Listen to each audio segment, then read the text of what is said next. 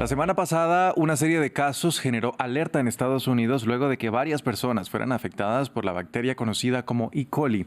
Un gran número de ellas dijo haber consumido alimentos en la cadena de comidas rápidas McDonald's antes de empezar a presentar los síntomas. Las autoridades sanitarias del país dijeron que el origen probable del brote eran cebollas frescas. Para comprender mejor este tema, vamos a saludar a esta hora a Eric Delgado. Él es médico y magíster en epidemiología, enfermedades infecciosas y experto en salud pública.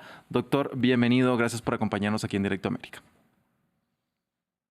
Andrés, muy buenos días. Muchas gracias por la invitación el día de hoy. Gracias.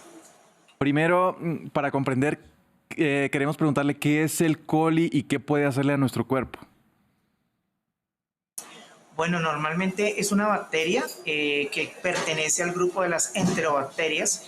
Es un microorganismo que normalmente nos acompaña, o sea, que normalmente está en el tracto gastrointestinal o en la microbiota de nuestro tracto gastrointestinal.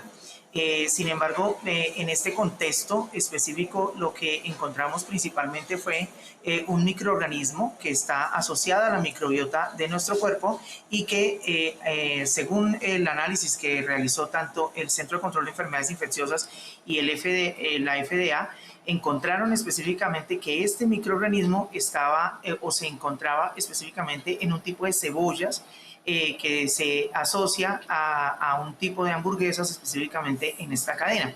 Generalmente este microorganismo va asociado al contacto de nuestras manos o a la mala higiene de manos, generalmente en la manipulación de los alimentos. Doctor, ¿es común encontrarlo en las cebollas o en qué otro tipo de alimentos podemos encontrarlos? ¿O hay alguna otra fuente que no sean los alimentos? ¿Puede ser una superficie, como usted lo había mencionado hace un momento?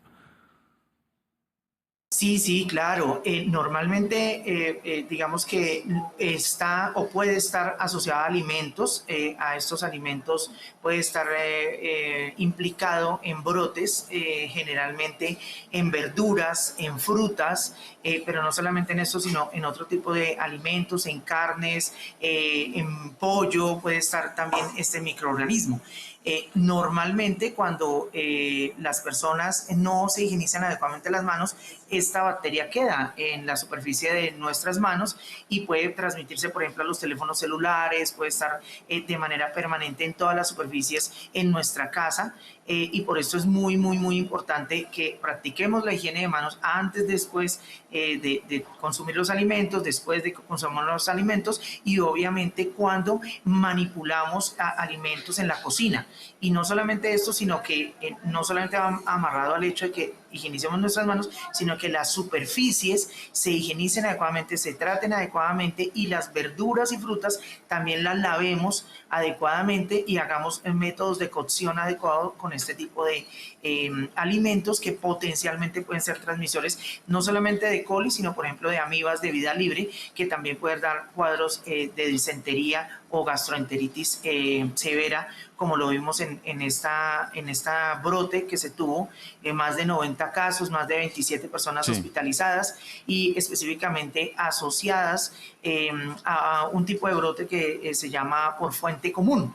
No es una fuente propagada, sino fuente común, o sea, donde teníamos las cebollas que eran las asociadas principalmente a la condición clínica de los pacientes que estuvieron en contacto con este alimento. Lavarse las manos, que es un hábito que se incrementó durante la pandemia, pero que lamentablemente se ha ido perdiendo. Doctor, ¿hay alguna manera de reconocer cuando un alimento tiene esta bacteria? ¿Hay alguna característica que presente el alimento? No, mira que muchos alimentos pueden estar frescos, tú puedes ver los alimentos que están sin ningún cambio, sin ninguna modificación, pero es muy importante que ciertos alimentos sí nos dan el aspecto, el color, el olor, por ejemplo, el pollo. Las carnes sí tienen algunos cambios en el aspecto específicamente de su composición, de su composición física y de su olor que nos pueden ayudar a pensar que probablemente están en deterioro o que posiblemente hay alguna toxina dentro de estos alimentos que favorezca la transmisión de microorganismos en el momento en que se consuman los alimentos. Bien, y finalmente, doctor, ¿cómo identificar si estoy intoxicado? No sé si es así el término como debemos referirnos a tener E. coli y cómo debo actuar en caso de que haya contraído esta bacteria. Bueno, digamos que lo partiríamos de tres puntos de vista. El primero es que mantengamos las medidas de prevención. El segundo, manipulemos adecuadamente los alimentos en nuestras casas. Digamos que lavemos adecuadamente los alimentos. Muchos de ellos necesitan unas pequeñas dosis, ya sea de vinagre o de hipoclorito, para poder limpiar estas verduras.